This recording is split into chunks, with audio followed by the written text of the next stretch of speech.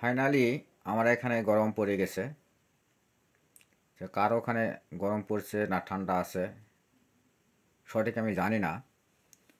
তো আমার এখানে গরম পড়ে গেছে, দেখতেই পাচ্ছেন যে ফ্যানের কাজ শুরু হয়ে গেছে।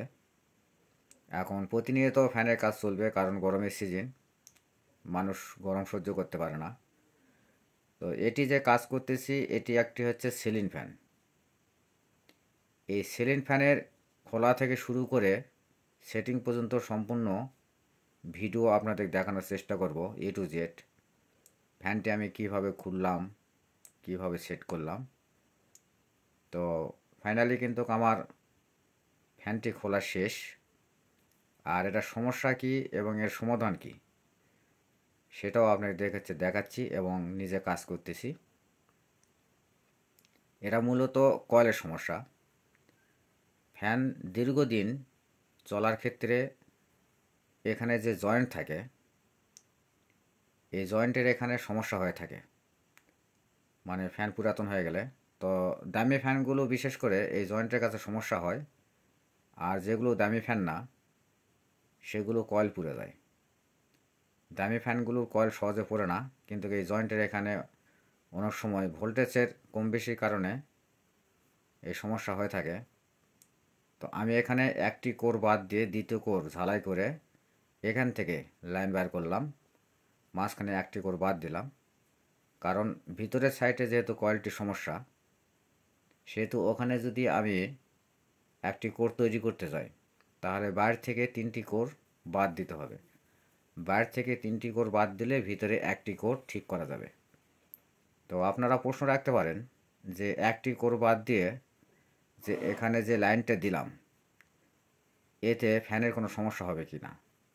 না, এতে কোনো ফ্যানের সমস্যা হবে না, কারণ এখানে মূলত 380 প্যাঁচ কয়েল দেওয়া থাকে, আর বাইরে 320 প্যাঁচ কয়েল দেওয়া থাকে। তো এখান থেকে 380 প্যাঁচ কয়েল যদি বাদ দেওয়া যায় তো ফ্যানের তেমন কোনো সমস্যা হবে না, ফ্যান কোনো ঝাঁকিও দেবে না। আমি পুরাতন তারটি খুলে ফেলে এখানে নতুন তার যোগ করে দিলাম, কারণ পুরাতন তার দিলে আবার এই সমস্যা হবে অল্প দিনে। এই জন্য এখানে নতুন তার দিলাম, দিয়ে যে পাইপটা থাকে এটা কয়েল বাঁধা পাইপ বলে থাকি আমরা। অনেকে অনেক কিছু বলতে পারে, এক এক জায়গাতে এক এক ধরনের নাম থাকতে পারে। তো আমার এখানে পাইপ নাম বলা থাকে, তো এই পাইপটি দিলাম। আর এই পাইপটি দেওয়ার একটি কারণ যে আমি যেখানে জয়েন্ট দিলাম এই জয়েন্টের এখানে যাতে যান এই জয়েন্টটা কয়েলের সাথে অ্যাডজাস্ট না হয়, এই জন্য এখানে পাইপ দিতে হয়। তো পাইপ দিয়ে আমি তারটা টানা বের করলাম, বের করার পর আমি সেট করতেছি। অ্যান্ড সেট করলে ঘুরায় দেখতে হবে। তো এর আগে মিটার দিয়ে চেক করে দেখা যায় যে আমার কাজটা সম্পূর্ণ হলো কি না। আমি এখন সেট করে তারপর আপনাদেরকে আবার ঘুরায় দেখাবো। আপনারা এভাবে ফ্যান খুলতে পারেন এবং ফ্যানের কাজ করতে পারেন, কোনো সমস্যা হবে না, নির্দ্বিধায় কাজ করবেন। তো ইলেকট্রিক কাজ দেখে শুনে করবেন, আর মনের মধ্যে কোনো ভয় রাখবেন না। মনের মধ্যে যদি ভয় থাকে তাহলে কাজ সহজে করতে পারবেন না, কারণ কারেন্টের কাজ করতে গেলে অনেকের ভয় হয়।